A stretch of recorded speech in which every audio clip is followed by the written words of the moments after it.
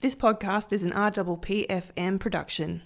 The following episode contains some coarse language and descriptions of graphic violence. Listener discretion is advised.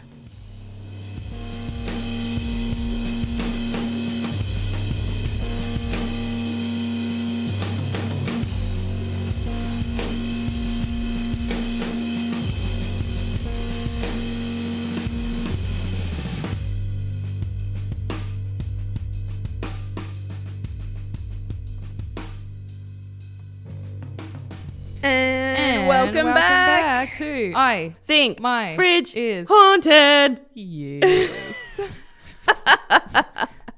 Hey, Fridgies. Hey, kids.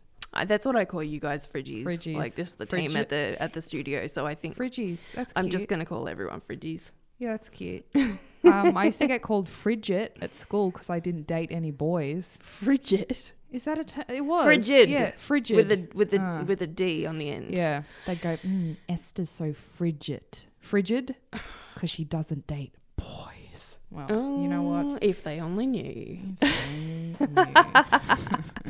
So guys, how's it going? Yeah, what's been going on? I'm really heartbroken actually, and I'm gonna do a little tribute because it's ruined my year.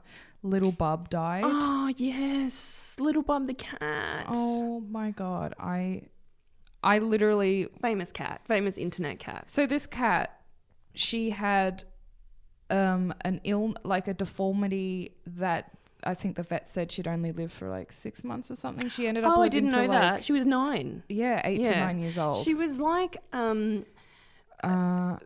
miniature. Yeah, like her legs were small and her undeveloped bottom jaw, so her tongue was constantly out. Huge eyes. And she was a tabby. Just the most precious creature on the planet. Really sweet. But Dude, his name's Dude. It's Dude and Bub. Dude used Bub as like a symbol for animal welfare, and I think Bub ended up raising like $70,000 for little cat. Yeah, for animal welfare. Oh, that's such good news. Was a scientist, was in movies, met like everyone, Oprah, friggin' Dr. Phil, everyone. Went to space. Had her own TV show. I have all of her vinyl records. Vinyl records. Yeah, she had. It's just her meowing, but put into remixes. I'm deadly serious. I've had her calendars for the past 5 years. I have stuffed toys of Little Bub, stickers. Aww. So yeah, when Jackson woke me up and he's like, I need to tell you something. Little Bub died. I just literally just like curled into fetal position and I was like, all right, I'm done. Bye. I'm done. I can't deal with this. I'm so sorry. So rest in peace, Little Bub. Oh, Little Bub. We'll post a photo because she's just so angel. Sweet. Yeah. So sweet. Yeah. How are you going, Gemma? I'm good. I'm trying to think. Did anything interesting happen this week? I don't think really anything like overly interesting happened this week. No. Yeah, I did some makeup jobs and Cute. Stuff that I do, but whatever. Yeah, you do better than anyone I know.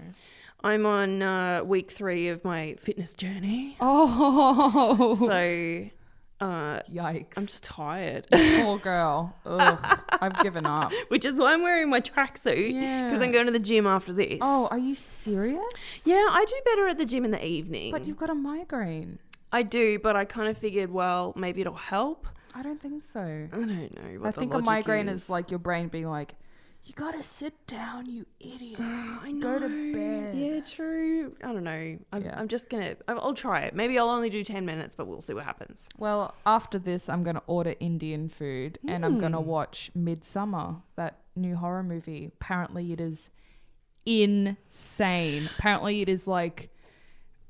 Apparently it really messes with your head. It messes. Yeah. So I'm like, I've been so excited all day. I'm like, I'm going to snuggle down. I'm going to put Midsummer on. I'm going to have a relaxing night and eat Indian. That sounds really good. I love horror movies. Me too. I want it to freak me out. I want to get so freaked out. I want to not be able to sleep tonight because of a horror movie. All right. Well, you can tell us all about it next week. I will. That sounds good. Yes. Yeah, I still haven't watched it, so I'm very excited. Well, I'll lend it to you. Oh, thank you. Yes, we'll live stream it in the background on our YouTube channel for the future, we'll just be doing a podcast and Midsummer will be in the background just playing silently. Yeah, and then it'll get taken down for a copyright infringement. True, but we'd get a bit of publicity. Facts from the freezer? Yeah, I was going to say, speaking of Lil Bub, I have a cat fact. Oh, good. And it's a cute one. Good. So a cat's nose pad has a unique pattern of ridges, just like a human fingerprint. Cute baby. And my cat was sitting next to me when I was writing this episode. I was just writing at the kitchen table, and she was just sitting next to me, and I just went, "Let me touch your nose. Let me touch little your nose." Little boop. Yeah, little boop. She's like, "What are you doing?" She's and then like, I was like, "Imagine off. if cats commit crimes, and they're like, oh, we need to take your nose print, please, sir." Oh my God. Well, did you see that there's like a meme of all the places your cat's bumhole has been around your house? What? And it would be just, if you think about it, your house would be covered in little like anus marks. I think that's the cutest thing. If you see that, could you please send it to me? I will. It's just like it's like a gif of like this cat's butt just kind of bouncing on like your kitchen table, the microwave. Oh, that's terrible, Yeah, because my cat is so always on the cute. kitchen table. Oh, I have 5 of them all on my kitchen shit, you have table. 5, Yeah. yes. But you know what? I love their little butts. Every part of a cat is cute. That's so funny. Yeah. Very. I'm like, I'm fine. I'm fine with this. If it was any other anus, I'd be like, yep, go away. No, but kitty cats, come at me. The other night, me and my cat, we were laying in bed, and do you ever play those cat videos for your cats, like on YouTube? Oh, like the fish? There's like goldfish, and there's little splishy splashy noises. Yeah. Anyway, I put this one on it just has this little cricket. It's like a cartoon of a cricket running around. And she sat there for so long watching this video. I fell asleep. She was still watching it. Well, Jackson put the new Lion King on the other day, which I refuse to watch. I can't. 'Cause Disney? No. Is it because they got real bones in the Pirates of the Caribbean ride? No, it's just the Mufasa scene. Like, they've made them so realistic that if I watch this lion getting like the trampled to original death- one wasn't hard enough. Oh, yeah, but make them real and it's... I'm still traumatized from Bambi's mom. Yeah, tell me about it. But our cats, apparently when he put it on, they were just freaking out because the lions look so realistic. They were just... Dr. Fantasty, our littlest cat, was flipping his shit. He was just... Giant cat? Yeah. Classic. Okay, my fact has nothing to do with anything we just spoke about. Okay. It's pretty random. Cool. Oxford University existed for hundreds of years before the foundation of the Aztec Empire. I love this fact. I know That this one, and blew my mind. isn't I it almost crashed my awesome? car. I was just like... Why were you looking at facts while you were driving? No, it was read to me. But I was like... I love that. I flipped. Isn't that cool? Cray. Yeah. I was... just so old. Right? How old is Oxford? It's like 1,000 years old. Or Well, I've got written maybe under... even more. It says brackets 1428. And that was the foundation of the Aztec Empire. So it's going to be earlier than that. I reckon Oxford is like even 12th, 13th century maybe. To me, that's insane. Oh, it's crazy. Yeah. Yeah, where I used to live in Bath, the abbey there is where the first king of England was crowned 900 years ago. Jesus. And it's still a functioning church. That just trips me out. It's crazy. Something can be that old. Us Australians have no concept of it. Yeah, I mean, unless we're talking about kind of like, the Aboriginal cave paintings. Oh, 100%, but like that white kind of thing. settler crap. But like, as far as like churches or buildings or... No, we have nothing. There's nothing like that. No, not at all. Like if it's 150 years old, it's old. Yeah, totally. Yeah. I went to a primary school that was over 100 years old. Murdoch Primary School. Is it? Yeah, it's super old. Wow. And I always thought it was the coolest thing. And then I'd meet people that went to like castles for school. And they're like, hold my beer. Yeah. Yeah. Totally. Yeah. Do we have any housekeeping? Yeah, I have housekeeping. I do. Hang on, I just got to look it up. Last week when I was talking about Richard Chase, I was just blanking out when I have to do a bit of like improv of facts. And the term is berserker mode. When I was trying to explain him just going crazy and like going on a killing rampage and just doing all that weird shit, it's called berserker mode. And that's a psychological term? Or yes. That's what like everyone refers to when killers just go crazy. Yeah. It's berserker mode. I have a piece of housekeeping, and it's going to blow your mind. Ooh. So on Saturday night we had a barbecue because we just finished our sort of deck out the back, and my husband wanted to do your deck. My freaking bane of my existence. So we invited some friends over, and Thanks for the invite, you bitch. We only had 2 people over. You will get yours. It was Chris and No, Emil. Yeah. No, it was one of my oldest mates, Renee, and her husband Rob. Cute. And Renee is a what do you call it? A graphic designer. Yeah. She's been a graphic designer for like 25 years. Anyway, so we were talking about the podcast, and she goes, I think my fridge is haunted. She goes, that reminds me of something. She goes, in the 90s, I did a job where I had to, design porn. Oh, like my covers. God. Oh my God. Like video covers. Can we use a porn cover for our... Well, she goes, and I remember Is there a fridge theme porn? Better. Oh. And this one is called, and she's found the cover and she sent it to me. It's all blurred out though. And it's called My Ass is Haunted. Get out of town. And the evil empire. My ass is haunted. Yeah. Get out. Oh my God. And she said I'm having a panic attack. She remembers designing it, and there was like this like ghost coming out of this chick's out. bum. Oh yes. Winner. We're putting that on Instagram. So funny. Oh, I was like, are you serious? And she was like deadpan. She's like, yeah, I remember doing that. Oh my God, what a career. I want to design porno covers. But she said she would just have a stack of them and she would just do next. Oh, next. I love it. I want to pick her brain. I'll set it up. We'll have a yes, barbecue. Please. Ugh. Yeah, that's made my day. So that wasn't really housekeeping. It was just more like kind of like a funny thing that happened this week. I love it. Yeah. Yeah. I'm going to make a lingerie company called My Ass is Haunted. Yes. I'm going to give a bit of a warning for this one. It will piss you off. Okay. I'm in a really shitty mood after researching this, but it needed to be done. Like shitty mood because you're frustrated because it hasn't been solved. Oh, or no, just no. What happened has pissed you off so much. Just them. Just these people make me want to like do a whole heap of... Fight people. Yes. Yeah. Yes. To set the backstory a little bit. So I went to Red Light Confidential about a week ago or 2 weeks ago. And for you guys listening, it's a burlesque cabaret drag show that we go to sometimes here in Melbourne. Yes. It's like once a month or once every 2 months, and it's awesome. It's the best. It's run by Betty Bombshell. Great cocktails. Yeah, at the 86 in Smith Street, and you've got like performers from like Zelia Rose to Art Simone to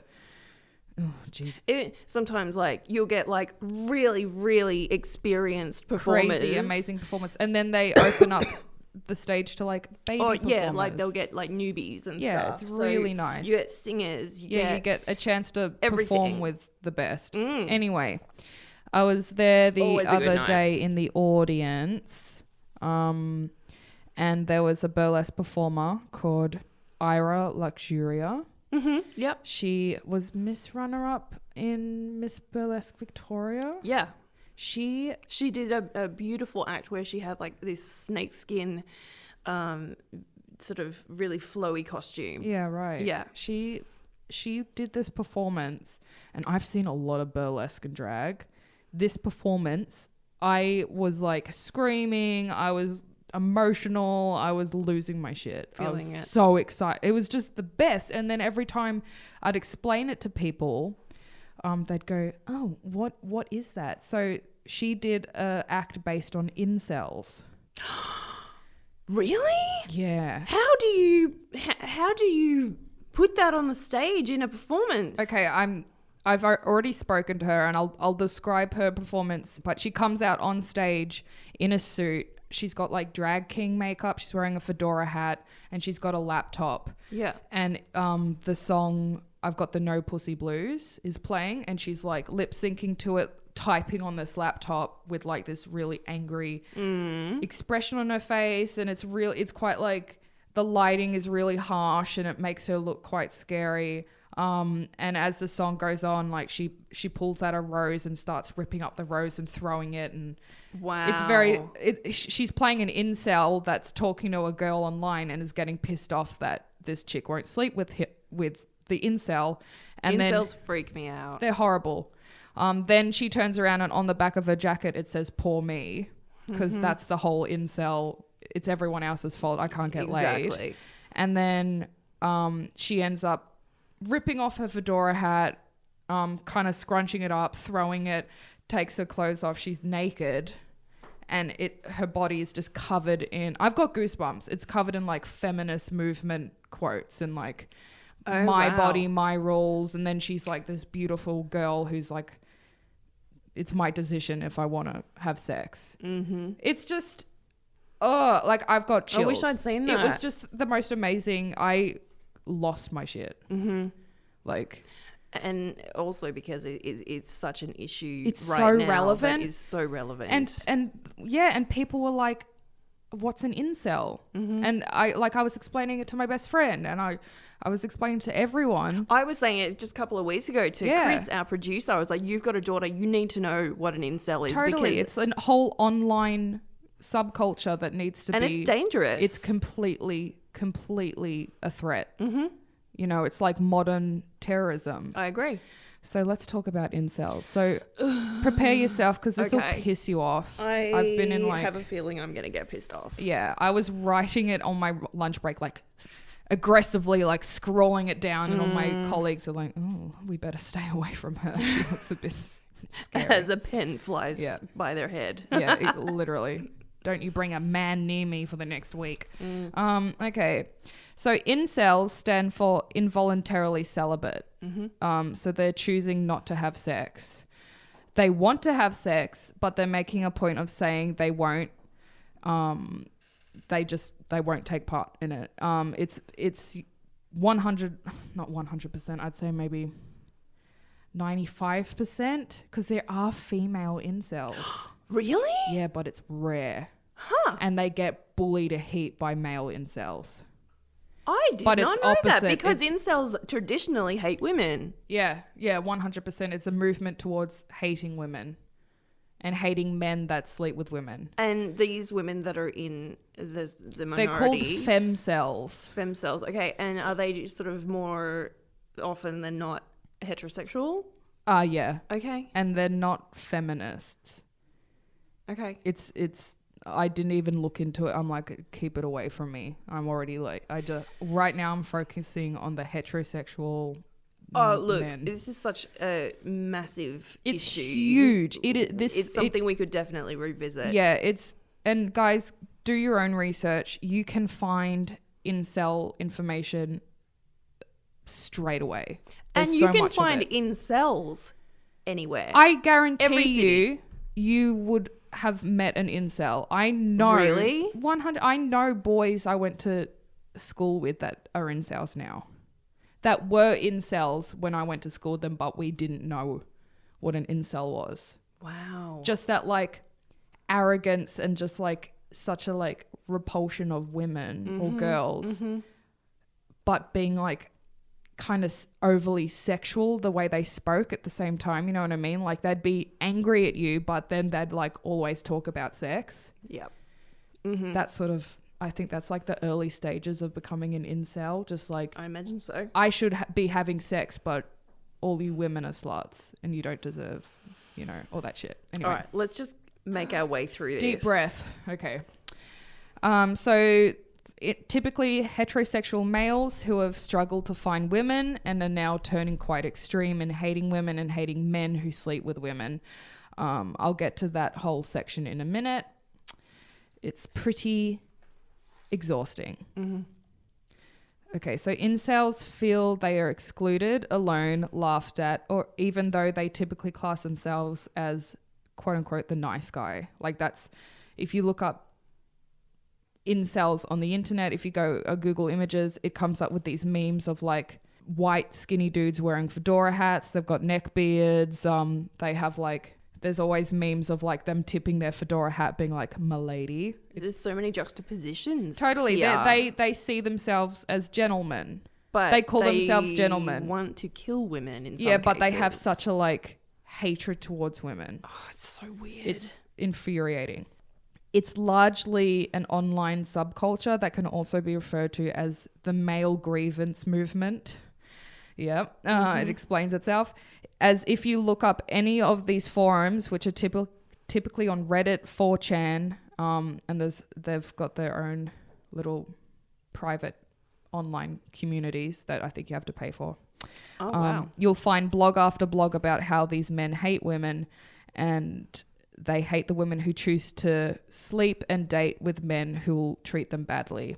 While the typical incel says they're the supreme gentleman, and you'll hear supreme gentleman throughout incel research. Right. That's what they refer themselves as. It's quite confusing. Yeah, It's really hard to like... It's a rabbit hole. It is such a rabbit hole, but I mean, I don't know if you guys are teenagers and you ever had like a Tumblr page and like you'd I know that I used to stay up late at night because I was a little teenage goth emo, and I'd just be on Tumblr for hours going down all these rabbit holes. Mm-hmm.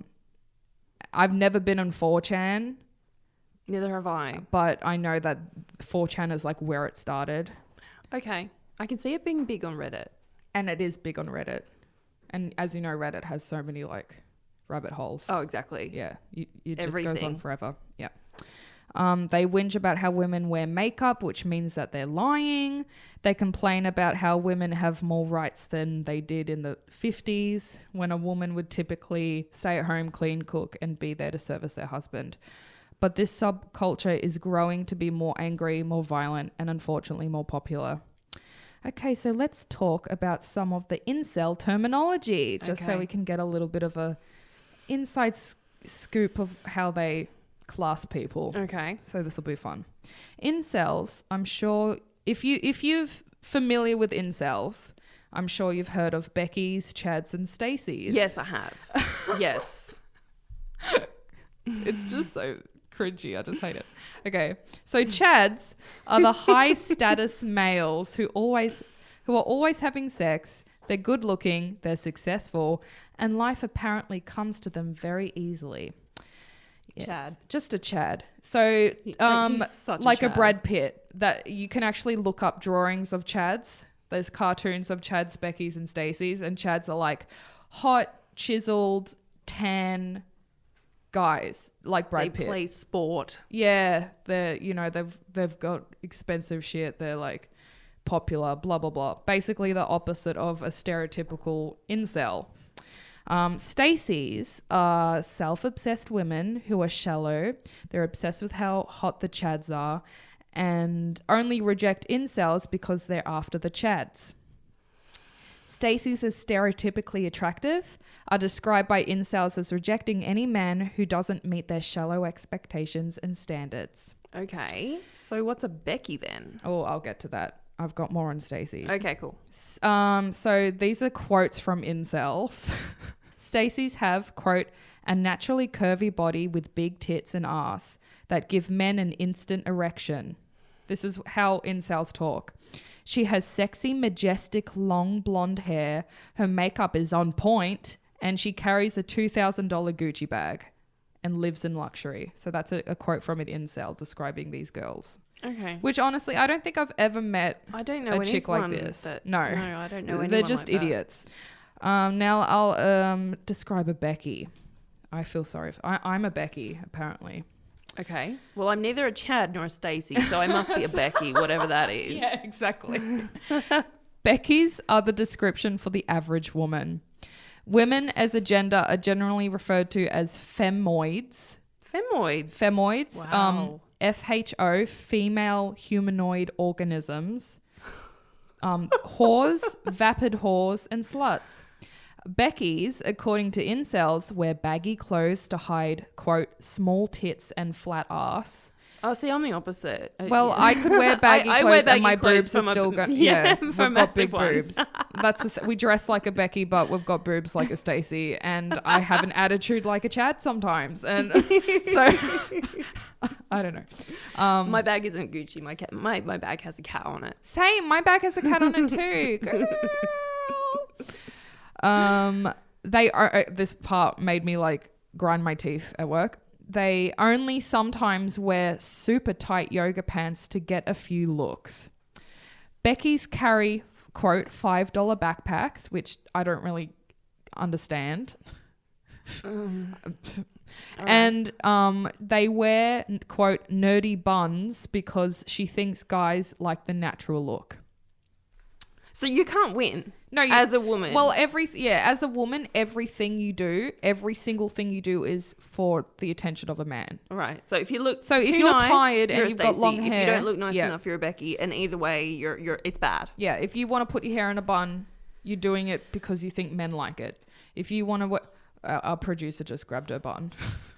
I've got a bun too. Well, I cut all my hair and off, so yoga screw pants. you, incels. Becky's also are feminists who will likely dye her hair green, pink, or blue after attending college, and posts provocative pictures because she needs attention despite only being rated a 6 out of 10 by incels.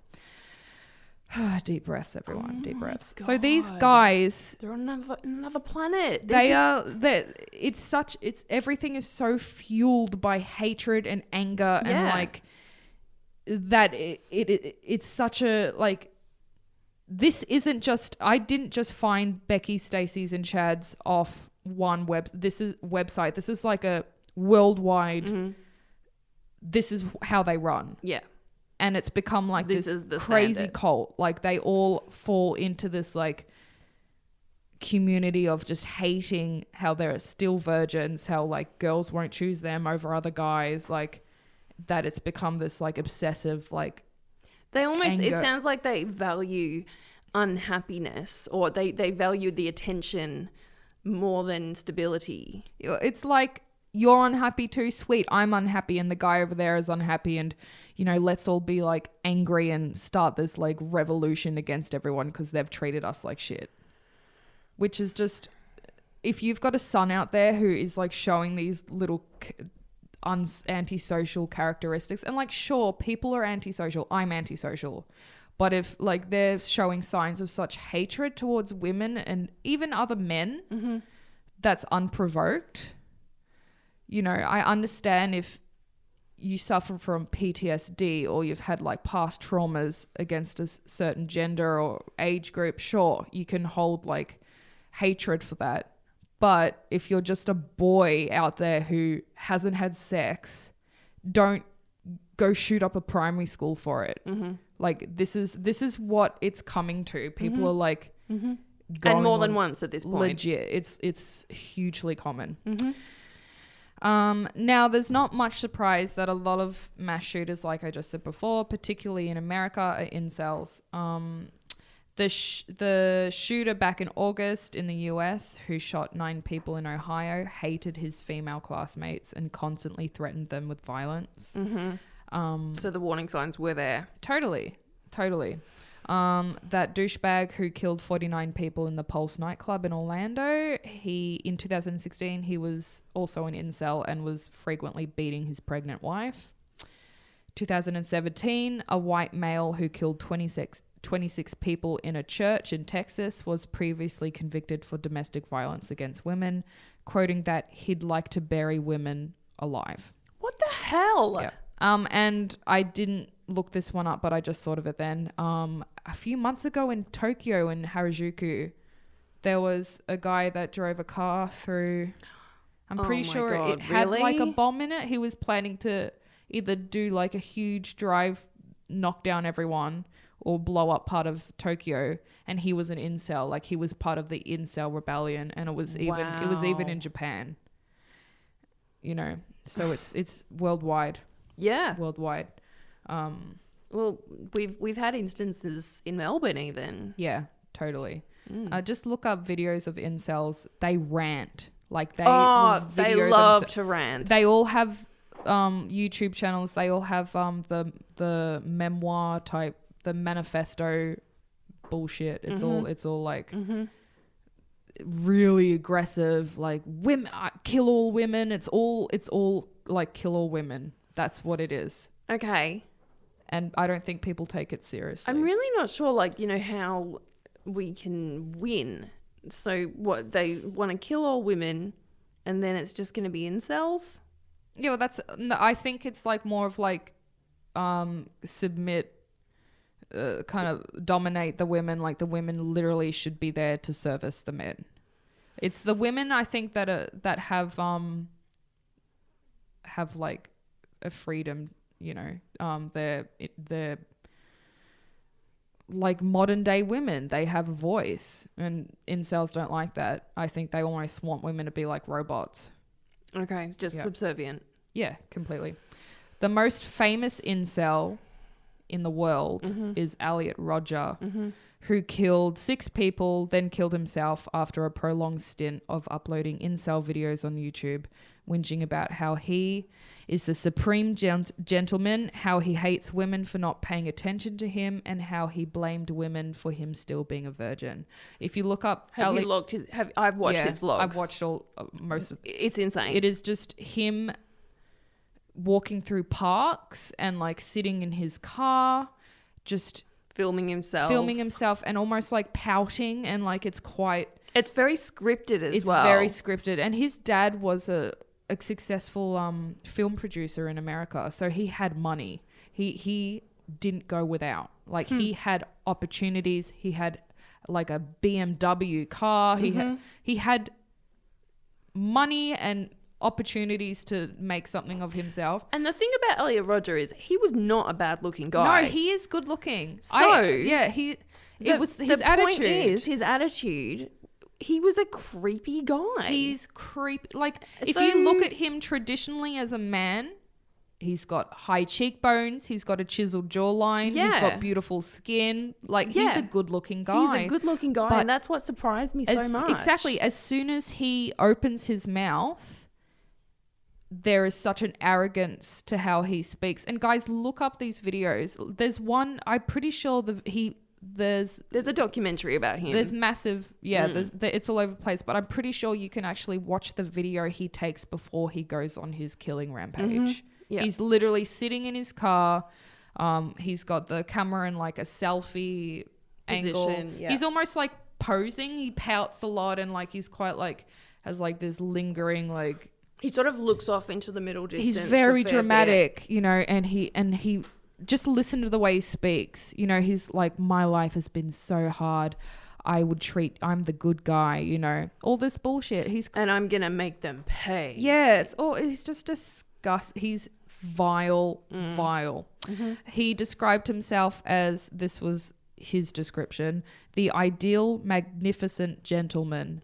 And that his killing spree was a day of retribution towards a society that denied him sex. In Rodger's final section of his lengthy manifesto, he stated, quote, "I am the true victim in all of this. I am the good guy." So Elliot then inspired more mass killers. I know that they all kind of look up to him, don't they? Yeah, he's a saint. You can buy T-shirts with his face in it saying, the true gentleman, the supreme gentleman. Oh my God. Like it's a cult. There's a guy called Alec Minasayan, who was another incel and looked up to Elliot Rodgers, went on a rampage, murdering 10 people and posting the following post on Facebook. So he posted this just before he went and killed 10 people. Quote, "Private recruit Minasan, Infantry 00010, wishing to speak to Sergeant 4chan, please." So he's a grown-ass man. Like, he looks like a real estate agent if you look him up. This is the shit he's writing. C232-49161. The incel rebellion has already begun. We will overthrow all the Chads and Stacys. All hail to the supreme gentleman, Elliot Rogers. Oh my God. Yep. After all these slayings, fellow incels posted to incel forums posts like, quote, I will have one celebratory beer for every victim that turns out to be a young woman between 18 and 35. And I want to be the next school shooter. The incel community spans across the world and can be found under the manosphere, misogynistic page and forums which reject gender equality. MGTOW, or Men Going Their Own Way, is another forum which promotes male self-ownership and fights for men's rights due to an apparent loss in modern society's development. So they think that men are the victims, that men's rights are the ones that are being held back. They also believe in what they refer to as the red pill subreddit, which is inspired from The Matrix, that society is actually sexist towards men and that 20% of all men are having 80% of sex, that the remaining men that are left to fight for the bottom percentage of access to females, again blaming a mathematical equation plus everything else and not themselves as to why they aren't having sex. Yep. So all these communities harvesting so much rage, hatred, and a sense of mutual understanding can and has and will create some really, really dangerous results. So, guys, I don't know how long I've been talking, half an hour, but this only covers like a small fraction of incels. Mm-hmm. They are dangerous. They are, these boys and men are literally scattered in every neighborhood, and they're everywhere.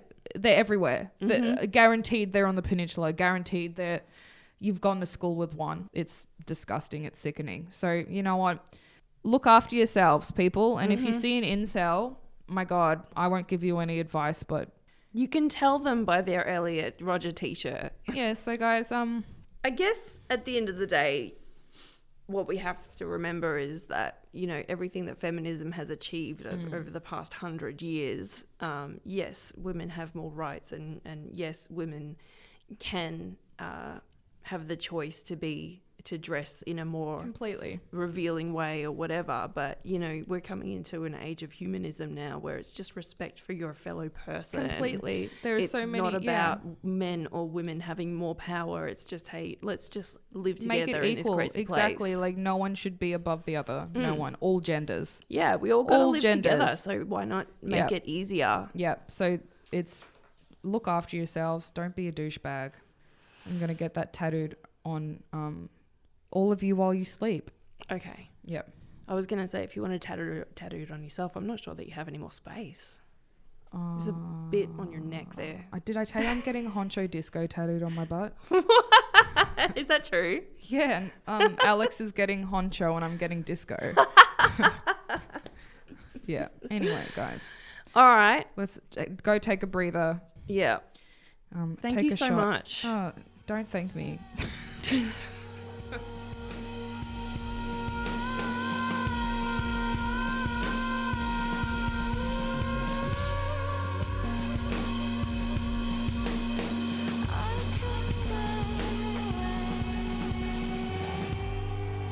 All right. Well, we're going to be talking about something completely different now. Thank you. And in the lead up to Christmas, so when this episode comes out, it'll be the week before Christmas, and then we're going to have a Christmas episode as well. So I just figured I would do 2 Christmas stories. Good. So a Christmas story this week and a Christmas story next week. Although when I say Christmas story, there's nothing nice about either of these stories. Just like Christmas. Okay. And this one is an Australian story as well. I hope I can read my notes all right. And I wrote this very fast. Yeah, they are messy, girl. I know, they're real messy. I was like, damn. I was just writing everything down and trying to put it in a succinct way. And I'm not, it might work, it might not. Let's give it a go. Just improvise. Okay. So today I'm going to tell you about something that happened at Christmas in 1974. Oh, and it's Cyclone Tracy. Oh, no, that's not what I was thinking of. Well, that's exciting. What were you thinking of? I was thinking of that Mornington Peninsula family murder thing, but that wasn't in the 70s. Oh, no, that was like That 15 years ago, 20 years ago. Yeah, around. The Mornington killer that killed his wife and child. Yeah. We'll do that some other time. Yes. Okay. So, have you ever been to Darwin? No. Oh, right. I was hoping someone here had. You have, Chris has. Our producer is Cool. nodding enthusiastically. All right. So, if I say anything wrong, just tell me because I've actually never been. Where is Darwin? Darwin's up north. I've never been around Australia. Ah. Yeah. I've been to King Island, which is horrible. Don't do it. It's up in the Northern Territory. Okay, cool. So the nice part. It's got red sand. I'm a sucker for red sand. No. Further up than that. Oh. Does it have red sand and like... Okay, so red sand is like the center of Australia, but Darwin's like the tropics. Oh, beautiful. Yeah, like they have like crocodiles on the beach. Oh. Like don't go swimming. Oh, I love. That's a visual. It's nuts. It's crazy. Love it. Crazy. Okay, so Darwin is a city in Australia's far north in the Northern Territory. It's in a tropical region and is one of the warmest climates in Australia. It's a place that people tend to go when they need a change. I know, I don't know, with your friends, is it the same? Like with my friends, it's always like, I need a break, I'm going to go to Darwin. Yeah, they go to Broome.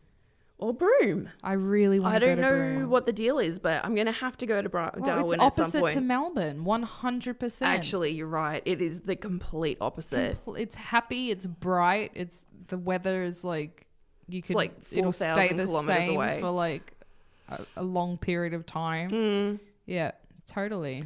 Yeah. So in 1974, Darwin is a mixed bag of long-time residents, travellers and government workers stationed in the city, and the population is 50,000 people.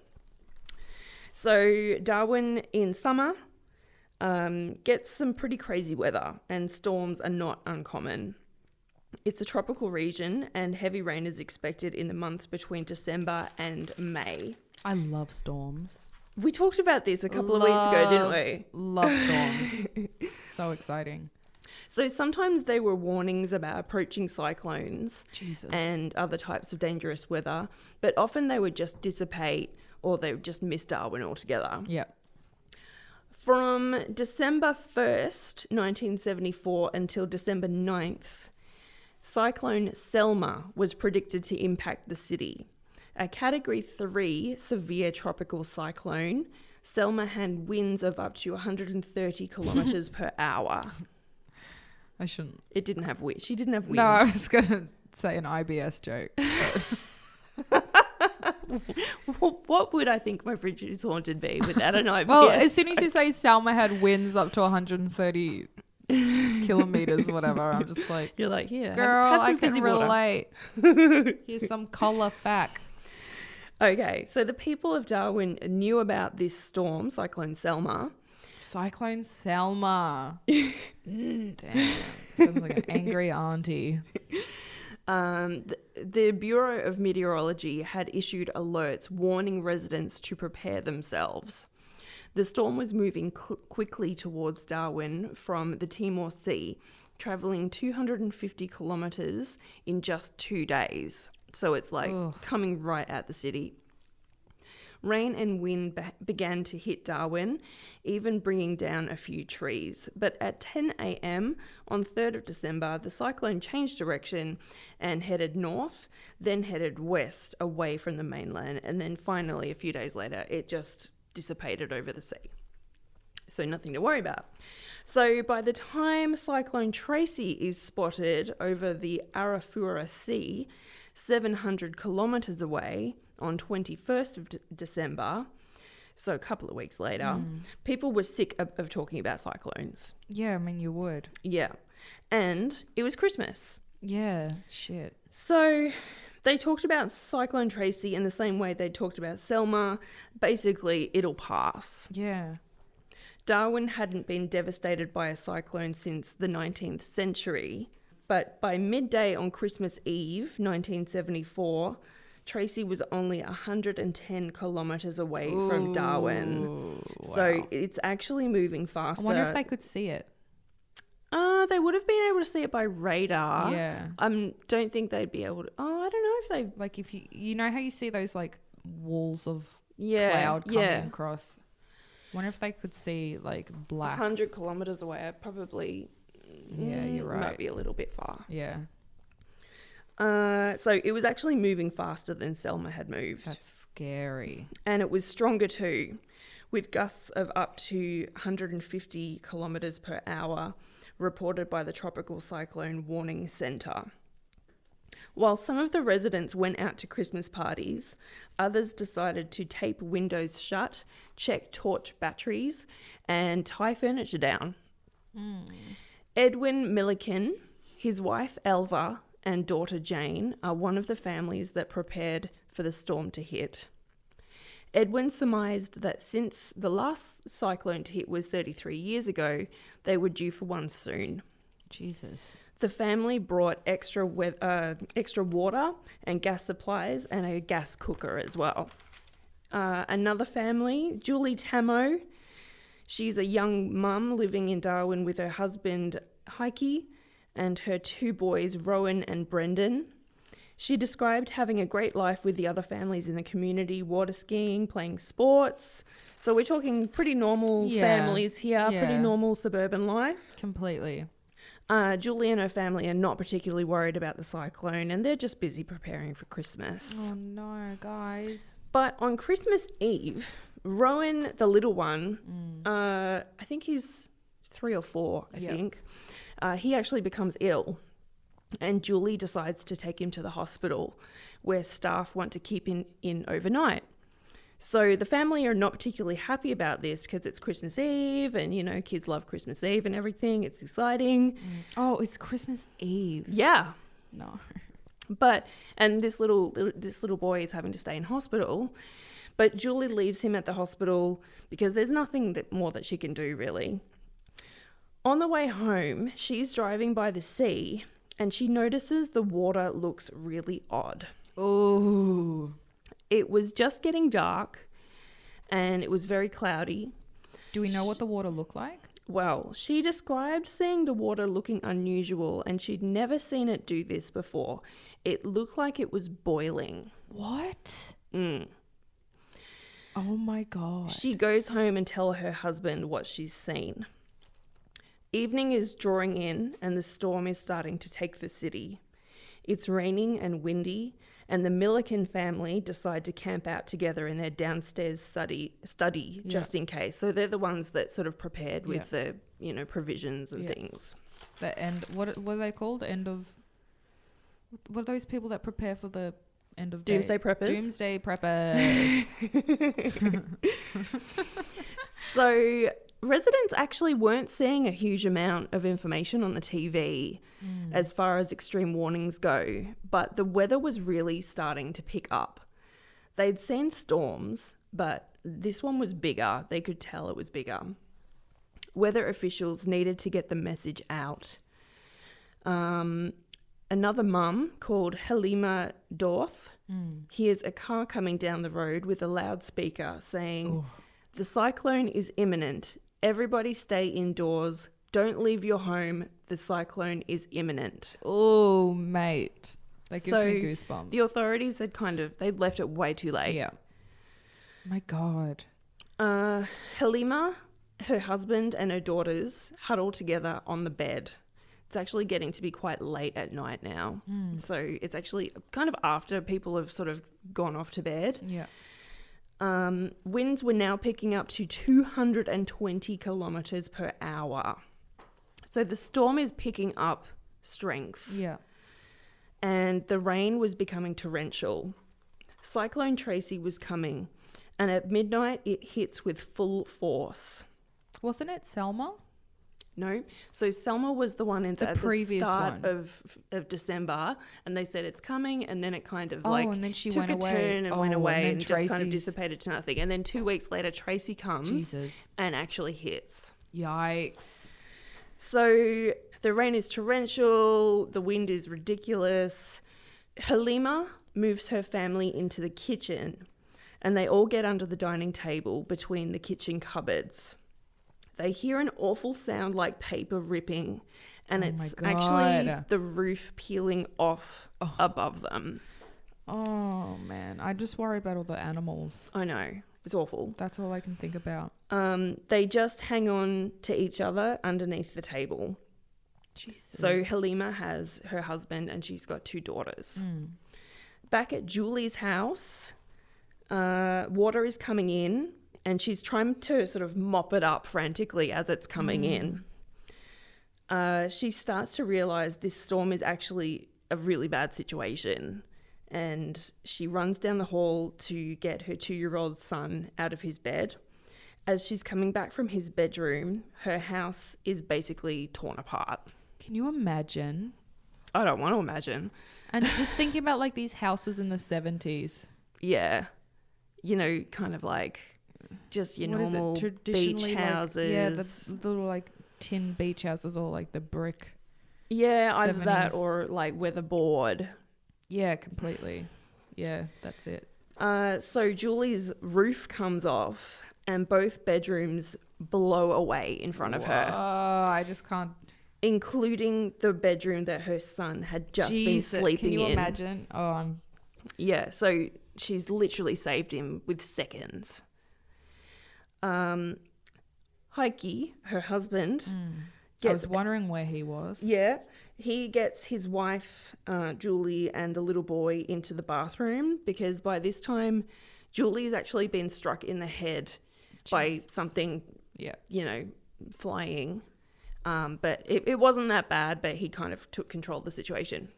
In the bathroom, Heike is pushing the door shut and he's holding it closed, like with his back. Oh, God. Unfortunately, he can't hold the door closed and something comes through and he's hit in the back of the head.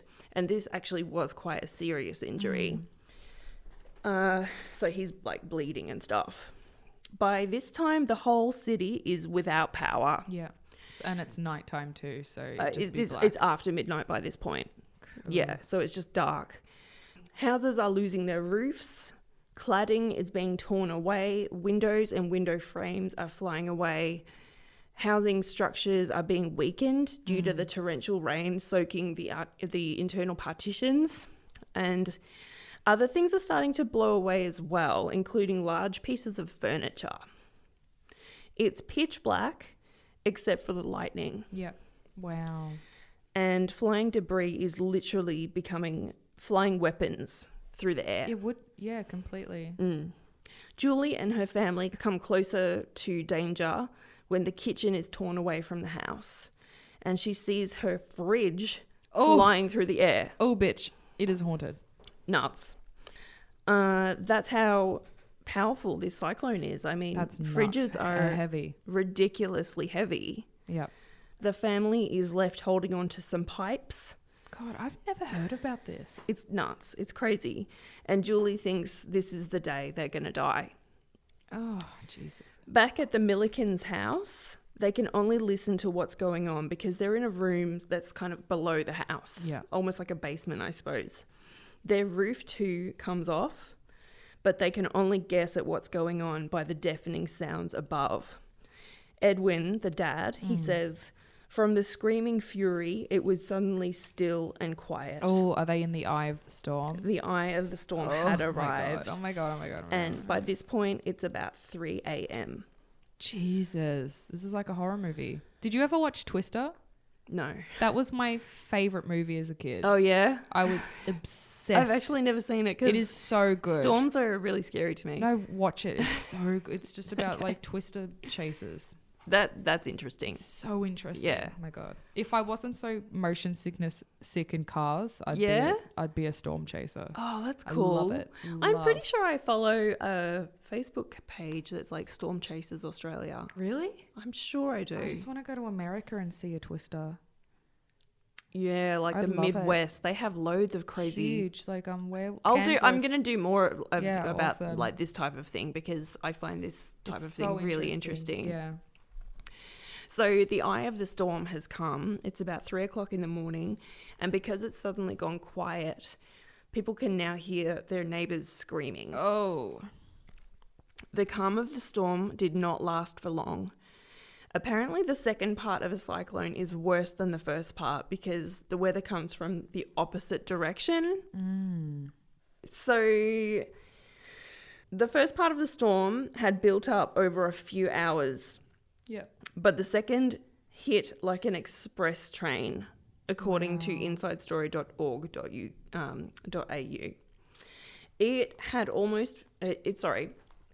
also become very cold during the night as well. So it's gone from like this tropical heat and everyone's in the like summer pajamas and no shoes. And then it becomes really, really cold. Wow. There was no longer any shelter. People hid in sheds and cars, anything they could find. Cyclone Tracy was pulling Darwin apart. Around 6:30 a.m., the storm faded into a drizzling rain, and people began to come out from their hiding places. Halima said it was like seeing a bombed city like Nagasaki or Hiroshima. The Milliken family were lucky to have much of their home still standing. Julie's family survived the cyclone in what remained of their bathroom. However, their son, Rowan, was still at the hospital. Oh my God, I forgot about the kid. Yeah. A friend drives them to the hospital, and it's at this time that they see the full devastation of the cyclone as they're driving there. Yeah. The road is covered with debris. When they get to the hospital, they find out that staff had moved patients into the basement floors of the building. Wow, can you imagine? Including the little boy. He's safe and doesn't understand what's happened outside. The dead start to be transported to the hospital. Jesus. And Halima finds out that one of her friends that she had seen the day before has actually been decapitated. What? Well, if you think how did she find that out? I think she actually identified the body. God damn. And she thinks that her friend had like run out to like get her dog to come back in the house. No. And then something flying through the air, like, you know, like a street sign or something like that. Oh my God. Okay. There was actually a lot of iron sheeting and corrugated iron flying through the air. Like flying axes. Exactly. Yeah. Cyclone Tracy killed 71 people and caused almost $7 billion worth of damage in today's money. God damn. I'm going to Google some photos of it now. Out of an estimated 13,000 dwellings, only 400 remained standing. One person described Darwin as being a 250 square mile rubbish dump. Jesus. The city had no infrastructure. The airport runway was unusable. Ports were ruined. Roads were blocked. Water supply and sewerage systems were both running on electric pumps, and the electricity was out, so there was no fresh water. No, and that would have spread disease. Exactly. The hospital had run out of anesthetic. What? People had no choice but to leave. Oh my God. The military arrives and evacuates 25,000 people to avoid tropical diseases from taking hold. Gee, oh, this is nuts. Many people aren't allowed to return to the city for many months.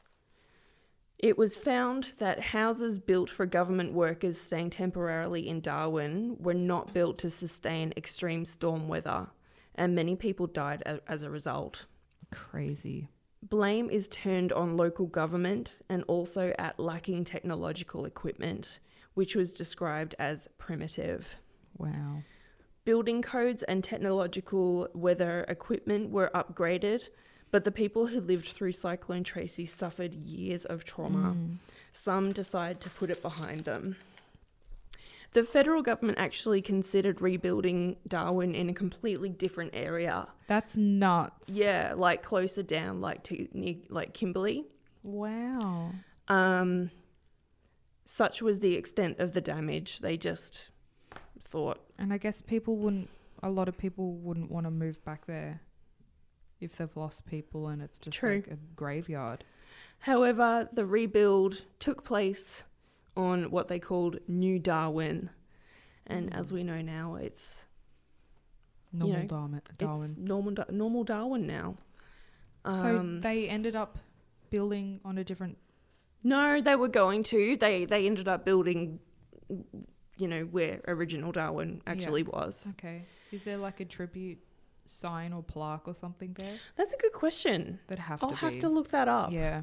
I just looked at some of the photos then, and it is like... It's devastation. Crazy. It's like... Crazy. Yeah. That's sad as hell. Yeah, and really, really scary as well. Christmas Eve, Jesus. So that's the story of Cyclone Tracy from 1974 on Christmas. I've never met a Tracy I've liked. And this just confirms that. I haven't known that many Tracys. It's like I've never met a nice Roy. I mean, not Roy, Troy. Troy. Yeah. Okay. Every Troy I've ever met has turned out to be a complete douchebag. Okay. Yeah. Sorry. I wonder if there's a Cyclone Troy. Prove to me. If you're a Troy listening and you're nice, prove it to me. Because right now I'm like... Right now you're Tracy's a Cyclone. and Troys. Oh, maybe it's T words. Yeah. TRs. With Y at the end. Weird. Anyway... So that's about it for today. I feel like today's been quite a heavy episode. It has been a really... I'm trying to think of something funny. What's something embarrassing I did this week? Oh, there's got to be something. Oh, I always Come on. Oh, yeah. Okay. All right. This is a little scoop of laughter for you. So, a little while ago, my mum's a psych nurse, and I was visiting her, and in the psych ward, and a lady opened a door for me, but she opened it kind of across her chest, and I was so nervous I thought she was going in for a hug. So I just like put my arms around her and gave her this hug, and then I'm like, oh God, she's just opening the door for me. Complete stranger. I'm like, all right, bye. So that was this week's social faux pas, social awkwardness. My work friend Tracy is a subscriber. Sorry, Tracy. That's what Chris just wrote with a map of Australia next to it in case I didn't know where Darwin was. Okay, cool. Sorry, Tracy. You're awesome. And you know what? What's that? The exception. There's that rule of exception or something. Exception to the rule. Yeah, there you go. Tracy's proved it. We're good. We're good. We're good. We're good. Well, please stay subscribed. Shout out to Tracy. You're awesome. Mwah. Well, thank you for telling us about your social awkwardness this week. You know what? It's fine. I'll have I promise you there'll be another story next week because I seem to do it like every that day. as well. Yeah, horrendous. Cool. Well, yeah, and I think next week's episode will probably be a bit of a kind of like mega episode as well because I really can't see us getting through both of these stories in less than like an hour and a half. I really think it's going to be quite a long one. So, got to do them justice. Our gift to you is from the fridge. Apologies. But if you love it, then people will have free time over Christmas. Yeah, if you guys are working like I am, I'm pretty sure I'm working Christmas Day. Are you? Yeah, people need their rooms cleaned. Well, that's true. I hope you get paid for some reason they go to hotels on Christmas Day. Sickos. Saying that, I did go to a hotel on Christmas Day in Vietnam. Okay. But does it count? As opposed to Australians going to Australian hotels on Christmas. Okay. On the peninsula, it doesn't make sense. Anyway, guys. All right. Well, we hope we haven't depressed you so much, and we will see you next week. And oh my God, don't be a creep. You're a stranger to someone else, and stranger danger. All right. Ciao. See ya.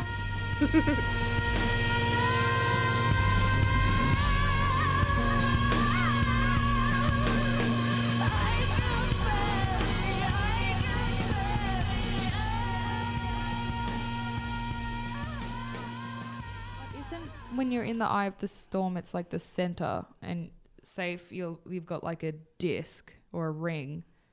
Okay, I'm holding a pen. This is the cyclone. Yeah. This is you. Yeah. You're coming. The ring is coming towards you. Yes. You get bumped into the first wall of then the you go ring. through. Then you're in the eye, and then that last wall is the exit. Yeah, but so how is it going the opposite? storm is spinning, isn't it? Yeah, it's spinning. So when it hits you the first time, say it's going to be going coming in one from your direction. left. So then when you come out the other way, it's going to be coming from your right. Jesus.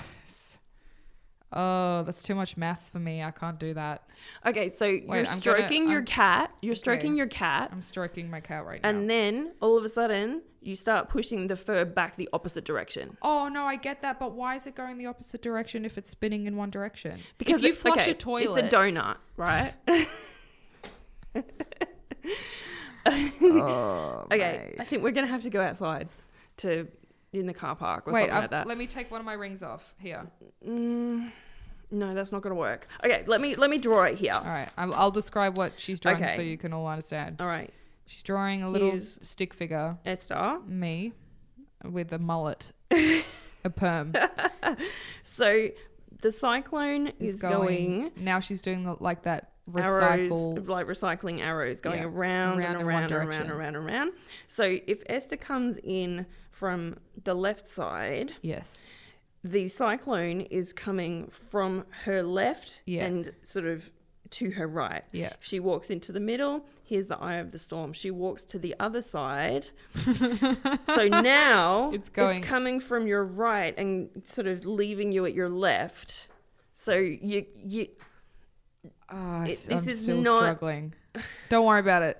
It doesn't matter what I... Bottom line is... It's going... It's bad. Yeah, sick. I'll take a photo of that. Yeah. And then have a photo of me just like with my double chins going, this is why I dropped out of year 10 maths.